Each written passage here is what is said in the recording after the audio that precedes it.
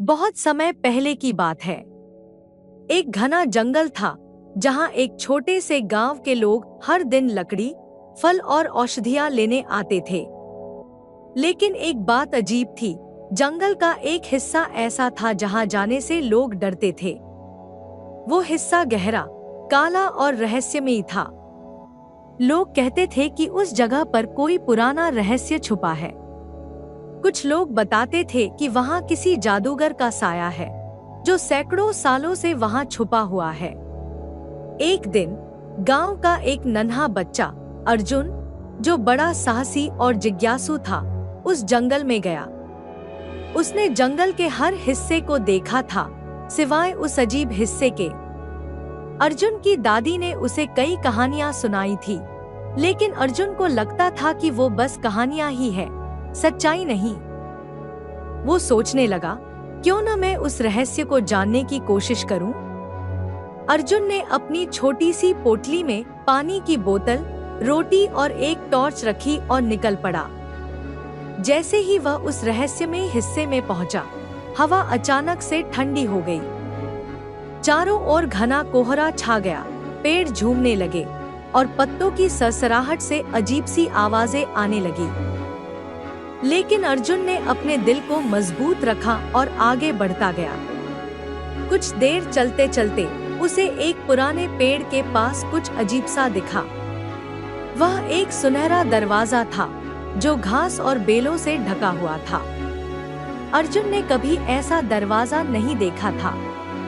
उसने धीरे से दरवाजे को छुआ और दरवाजा खुल गया। दरवाजे के पीछे एक और दुनिया थी, एक जादुई दुनिया। अर्जुन जैसे ही उस दुनिया में पहुंचा, उसे चारों ओर रंग-बिरंगे पक्षी और चमकीले फूल दिखाई देने लगे। पेड़ बोलते थे, नदियां गुनगुनाती थी और हवाओं में मिठास थी। ये सब देख अर्जुन की आंखें खुशी से चमक उठी। उसने सोचा, क्या ये वही जंगल है जहां मैं अभी तक रह रहा था?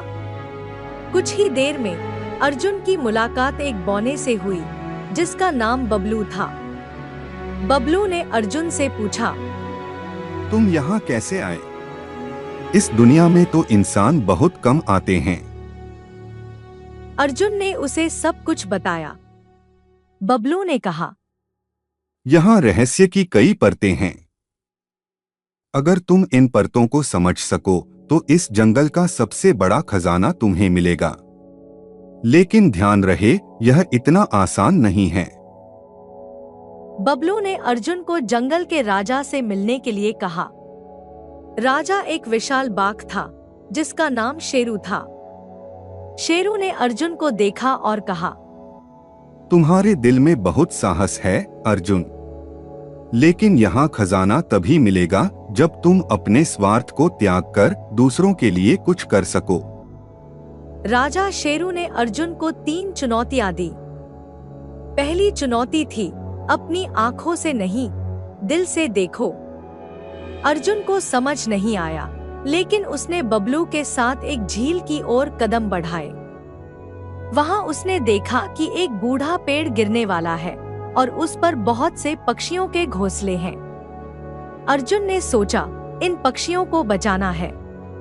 उसने पेड़ को सहारा दिया और धीरे धीरे उसे एक मजबूत पेड़ के सहारे बांध दिया। पक्षी सुरक्षित हो गए। अर्जुन ने पहली चुनौती पूरी की। दूसरी चुनौती थी, सुनो लेकिन अपनी समझ से। अर्जुन को एक और दिशा में भेजा गया जहां बहुत से जानवर बहस कर रहे थे कि कौन सबसे शक्तिशाली है।